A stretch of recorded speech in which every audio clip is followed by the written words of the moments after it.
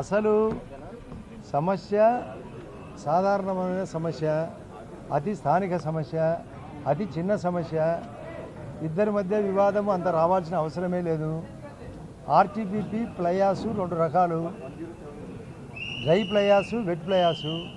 Dry ప్లయాసు రోజుకు 4000 టన్నులు metric టన్నులు బయటకు వస్తుంది.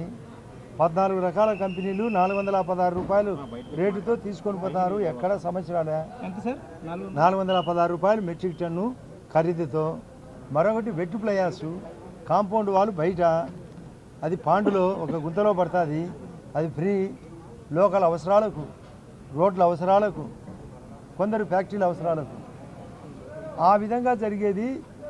ల్యాండ్ లూజర్సు మేము స్థానికులము. దాని మీద పిఎం ఈజీపీ స్కీమ్ కానీ మేము ముద్రా లోన్ కింద కానీ తెచ్చుకునే ఫ్యాక్టరీలకు తోలుకుంటామని వాళ్ళు, లేదు లేదు నేను సరుకు దూరంగా ఎక్కడికో తీసుకుపోతానని జేసీ ప్రభాకర్ రెడ్డి గారు దానికి ఒక పెద్ద బహిరంగ లేఖ, శాంతాడంతా లేఖ సీఎం గారు పిలిస్తే రాలేదు. వస్తే ఆర్గ్యుమెంట్ జరుగుతుంది. ముఖ్యమంత్రి గారికి సవివరంగా నేను మా భూపేశ్ రెడ్డి ఎక్స్ప్లెయిన్ చేసినాం. మీకు చెప్పేదంతా అక్కడ చెప్పినాం. దర్శనకు ఆయనకు వదిలిపెట్టినాం. ఆయన 4వసారి ముఖ్యమంత్రి, ఎన్డీఏ ప్రభుత్వం ఉంది. నేను బీజేపీ ఎమ్మెల్యే క్యాండిడేట్గా గెలిచినామని, గతంలో 3 సార్లు గెలిచినోని నాకు పూర్తి అవగాహన ఉంది. ఆయనకు లెటర్ రాసిన వాడు రావాలి కదా, పిలిస్తే స్వయంగా రాలేదు. ఆ విషయం చెప్పినాం. ఆయన ఫోన్లో మాట్లాడతాడా, మరొకటి మాట్లాడతాడా, జిల్లా అడ్మినిస్ట్రేషన్తో కూడా కనుక్కోవచ్చు. మీకు అందరి ఛానల్ వాళ్ళు ఎంక్వైరీ చేయొచ్చు ఏం జరిగేది, నిజానిజాలు ఏందని. అక్కడ మీ స్థానిక ఛానల్స్ ఉంటాయి. ప్లయాస్ అంటే ఏంది, డ్రైయాస్, వెట్ డ్రైయాస్ ఏంది, డ్రై ప్లయాస్ ఏంది అని తెలుసుకోవచ్చు. ఇది ఖరీదు కాంది, స్థానిక అవసరాలకే సరిపడంలే. ఉద్యోగ ఉపాధి అవకాశాలు వాళ్ళకు ఉంది. మా స్థానికులము మేము ల్యాండ్ లూజర్స్ అని హైకోర్టు కూడా పోయినారు.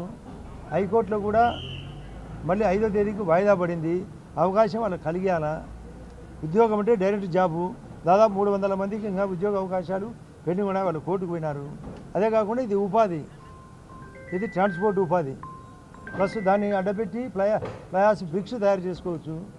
మాకే అవసరం ఉంటే అందులో అది వాటర్ ఉంటుంది. వాటర్తో అంత దూరం తీసుకుపోతే రోడ్లు కూడా పాడవుతున్నాయి. దాంట్లో భాగంగా మేము కొంత సప్లై చేసుకుంటామని వాళ్ళు అడుగుతారు.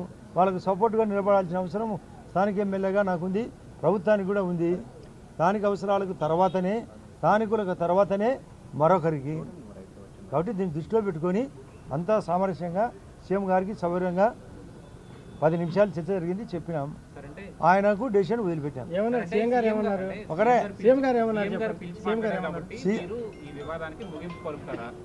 ఆటోమేటిక్గా సీఎం గారు సీనియరు, ఏ స్మాల్ డెసిషన్ మాట్లాడతాడు. మేము చెప్పినాం, ఆయనతో కనుక్కుంటాడు. ఒకవేళ ఆయన రాలే కూడా కనుక్కొని చెప్పగలడు. పోలీస్ డిపార్ట్మెంట్ ఉంది, రెవెన్యూ డిపార్ట్మెంట్ ఉంది, ఇంటెలిజెన్స్ ఉంది. అందరితో కనుక్కొని ఫైనల్ సొల్యూషన్ చెప్పగలడు. కాబట్టి ఆయనకు వదిలిపెట్టాం. అదేంటి కనుక్కున్న తర్వాత ఇరు వర్గాల వాదన జరగాలి కదా. హైకోర్టు కానీ, సుప్రీంకోర్టు కానీ, లోకాయుక్త కానీ ఇద్దరు వర్గాల వాదన జరిగితే మేము మా వివరం చెప్పినాం. ఆయన వివరణ ఆయన కనుక్కోగలడు. ఆయన రాకున్నా కూడా అక్కడ డిపార్ట్మెంట్ ఉంది, జెన్కో ఉంది, కలెక్టర్ గారు ఉన్నారు, ఎస్పీ ఉన్నారు, పోలీస్ డిపార్ట్మెంట్ ఉంది, లోకల్ పోలీస్తో జరిగేది ఏంది కనుక్కొని డెసిషన్ తీసుకుంటాడు. ఆయన ఇక్కడతో వివాదం ముగిసింది అనుకోవాలా. ఆటోమేటిక్గా సీఎం గారి డెసిషన్తో. అది చిన్న పాయింట్. మీరు పేపర్లో టీవీల్లో వచ్చే వార్తే కాదు, అది ఒక వార్త పెద్దది, సమస్య చిన్నది. మీది కూడా ఎంతో ఉంటుంది. అయోధ్య ఇది పెద్ద అయోధ్య తీర్పు అనుకుంటారు మీరు. సమస్య ఏమని గొడవ కాదు. ఇక్కడ స్థానికుల అస్థానికుల సమస్య, స్థానిక సమస్య. మేము స్థానికులకు ఇంపార్టెంట్ ఇవ్వాల్సిందే. బీజేపీకి కాదు, అంతే ఎన్డీఏ అంతా ఒకటే. ఇది మాది, ఇది మాది అని, ఇది మాది మాది. మీరు చాలా మందికి పెళ్ళిళ్ళు కూడా జరుగుతాయి. మేము చెప్పినట్టే శాస్త్రీయంగా జరగాల పెళ్ళి అంటాడు పెళ్లి కొడుకోళ్ళు. పెళ్లి కూతురోళ్ళు మేము చెప్పినట్టే జరగాలంటారు. పెళ్లిలో కూడా జరుగుతుంటుంది. సార్ గతంలో వచ్చిన ఆనవాయితీనా ఇదేమైనా కొత్తగా వచ్చింది? ఆనవాయితీ కాదేం కాదు, స్థానికుల తర్వాతనే మిగతాది జరగాలి. ఎందుకు వచ్చింది కొత్తగా ఇష్యూ? కొత్తగా కాదు, స్థానికులకు వద్దు నేనే అంతా అంటాడు. నాదే రాజకీయం అంటాడు. అక్కడ గతంలో పోయేటప్పుడు ఈ స్థానికులకు వదిలిపెట్టిన తర్వాతనే పోయేది. ఇప్పుడు అంతా నో స్థానికులు. అల్ట్రాటెక్ అనేది తన ఏరియాలో ఉంది కాబట్టి నేనే టోటల్ సప్లై మా వాళ్ళకి అంటాడు. కాదు ఇక్కడ వీళ్ళకి కూడా వదలాలని మా వాళ్ళు అడిగినప్పుడు నేను మా వాళ్ళకి స్టాండ్ ఇచ్చినా కూడా. నేను అదాని మీద దాడి చేసిన సైలెంట్ గా ఉండడానికి నేనేమి అదాని కాదు, నేను జేసీ ప్రభాకర్ అని చెప్పి మాట్లాడుతున్నాను. అతని దారి ఏందో అతని దాని ఏంటి ఇక్కడికి వచ్చిండాలి కదా.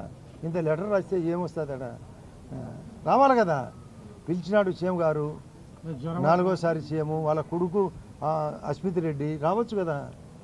కొడుకు కూడా ఉన్నాడు కదా పిల్లు, అతను రాలే. అనారోగ్యమో ఆనందమో మాకు తెలియదు, రానప్పుడు ఆయన పంపాలి కదా. చర్చ జరగాలి కదా. టీవీల్లో పేపర్లో రమ్మని, ఇద్దరు వర్గాలు రమ్మని బహిరంగ వచ్చింది కదా. చెప్పిన రెస్పాండ్ కావాలి కదా. రెస్పాండ్ కాలేదంటే అర్థం ఏంటి? రాలేక అంటే జనాలు రాక కాదు, శాంతి భద్రతల సమస్య కూడా అక్కడ ఏమీ లేదు. శాంతి లా ఆర్డర్లో ఉంది, నో లా అండ్ ఆర్డర్. లా ఆర్డర్లో ఉంటే లా అండ్ ఆర్డర్ ఎట్లా వస్తుంది? నేను నాకు ఆన్సర్ చెప్పాలా మీరు? లా ఆర్డర్లో ఉన్నప్పుడు లా అండ్ ఆర్డర్ అంటే అన్ని బాగుంటే లేదు అంటే ఎట్లా? అన్ని బాగుంటే మిమ్మల్ని ఎందుకు సీఎం పిలిపిస్తారు సార్? అయ్యా, ఇరు వర్గాలకు మధ్య సామరస్యంగా జరగాల, అది సీఎం గారి ఆనవాయితీ. పెద్ద మనిషి, రాష్ట్ర ముఖ్యమంత్రి, పార్టీకి సామరస్యంగా జరగాల కాబట్టి రమ్మన్నాడు. కాదు, ఆయన ఏమంటున్నానంటే నేను పార్టీ కష్టకాలంలో నేను పార్టీలో ఉన్నాను, ఆయన పార్టీని వదిలేసి బీజేపీలోకి వెళ్ళిపోయిన వ్యక్తి ఆయన మాట వింటాడా నా మాట వింటాడా అనేది ఆయన వాదన. బీజేపీలో ఒక తోడు బీజేపీ పార్టీ ఎన్డీఏ కూటమి. నా మాట, ఆయన కూడా కాంగ్రెస్ అయ్యి ఆయన కూడా టీడీపీలో చేరినాడు. నేను కూడా టీడీపీలో ఉన్నా, బీజేపీలో చేరినా. బీజేపీ కూటమి జరిగింది. ఈరోజు ఇదే అమరావతికి నిధులు రావాలన్నా, పోలవరం నిధులు రావాలన్నా కేంద్ర సహకారం అవసరమని ఆయనకు తెలియదా? అంతా ఒకటని తెలియదా? ఎన్డీఏ కూటమి ఒకటని తెలియదా? నిన్న ఎన్డీఏ మహారాష్ట్రలో కూటమిలో పవన్ కళ్యాణ్ గారు కూడా పోయి ప్రచారం చేశారు, మా సత్యకుమార్ కూడా పోయి ప్రచారం చేశారు, సీఎం గారు పోయి అనుకోకుండా ప్రచారం బ్రేక్ అయింది తమ్ముని మరణం వలన. కాబట్టి తెలియదా అంతా ఒకటే కూటమని? కూటమిలో ఉంటూ కూటమిని విమర్శించడం అనేది సహేతుకం కాదు. ఆయనకు ఏజ్ ఫ్యాక్టరో నేను రాజరేఖమో ఎవరికి తెలియదు. ఏం సార్ వరుసలు వివాదాలు అంతకుముందు భూపేష్ రెడ్డితో, మొన్న సీఎం రమేష్తో, ఇప్పుడు ఎంతో భూపేష్ రెడ్డితో ఏంది? ఫస్ట్లో ఒకసారి గొడవ అయింది. ఎవరికి? మిగతా ఫ్యాక్టరీ విషయం, ఆదాని విషయంలో. నాకు భూపేష్గా అంటే ఆ ఇష్యూ మీద సార్, ఆ ఇష్యూ మీద 2 నెలల క్రితం ఒకసారి అయింది కదా సార్. అంటే కాదు, మీరు వివాదమా, మీరు పుట్టించే వివాదమా? నిజమైన వివాదమా, పుట్టించే వివాదమా? వాదమా వివాదమా?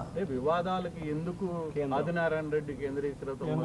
అసలు అయ్యా అదాని మీకు అందరికీ పేపర్లు వస్తుంది, జగన్ రెడ్డి భారతము భాగవతము ఇంత భారతం భాగవతం జరుగుతుంటే అట కాదు. అక్కడ ఏమి ఆలు లేదు, సూలు లేదు, కొడుకు పేరు సోమలింగం అంటే ఇట్లే సమస్య వచ్చేది. అది విషయం. ఇక్కడ ప్రస్తావన రాలేదు. సీఎం రమేష్తో సమస్య పరిష్కారం అది ఆటోమేటిక్గా అక్కడ స్టార్టే కాకుంటే, ఆడ ఏమీ లేకుంటే, అసలు ప్రేమే లేకుంటే గర్భవతి అన్నట్టుంది. సార్ ఇష్యూ ఏంటి ఒకసారి చెప్పరా? జేసీ సార్ ఈ ఫ్లై యాష్ది ఒక్కసారి ఇష్యూ ఏంటో చెప్పరా? మీకు 4,000 టన్నుల 4,000 టన్నులు వెట్ ప్లయాస్ అంటే తడి ప్లయాస్, 4,000 టన్నులు డ్రై ప్లయాస్. డ్రై ప్లయాస్ను 416 రూపాయలు మెట్రిక్ టన్నుతో రోజు వివిధ ఫ్యాక్టరీలు కొంటున్నారు. ఇది ఫ్రీగా పోయేది, ఇది స్థానిక అవసరం తర్వాతనే. ఈ వెట్టు ప్రయాసు స్థానిక అవసరాలకు. ఆయన ఇదంతా నేను సార్ రోజు వంతాడు సరుకు మా ప్లాంట్కి తోలుకుంటాడు అంటాడు.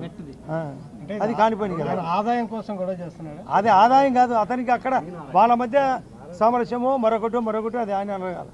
ఆయన అడగాల్సిన ప్రశ్న నన్ను అడిగితే ఎట్లా ఉండొచ్చు? మీకు ఐడియా ఇప్పుడు నాకంటే మీరు దాని కదా, నాకు 4th పిల్లర్ కదా, మీరు కనుక్కోవచ్చు కదా. నేను మిమ్మల్ని అందరినీ అడుగుతాడా? మాకు కొన్ని సలహాలు చెప్పండి, నేను మిమ్మల్ని ప్రశ్నలు అడిగితే చెప్తారా అంట. మాకు లేదా ప్రశ్నలు అడిగా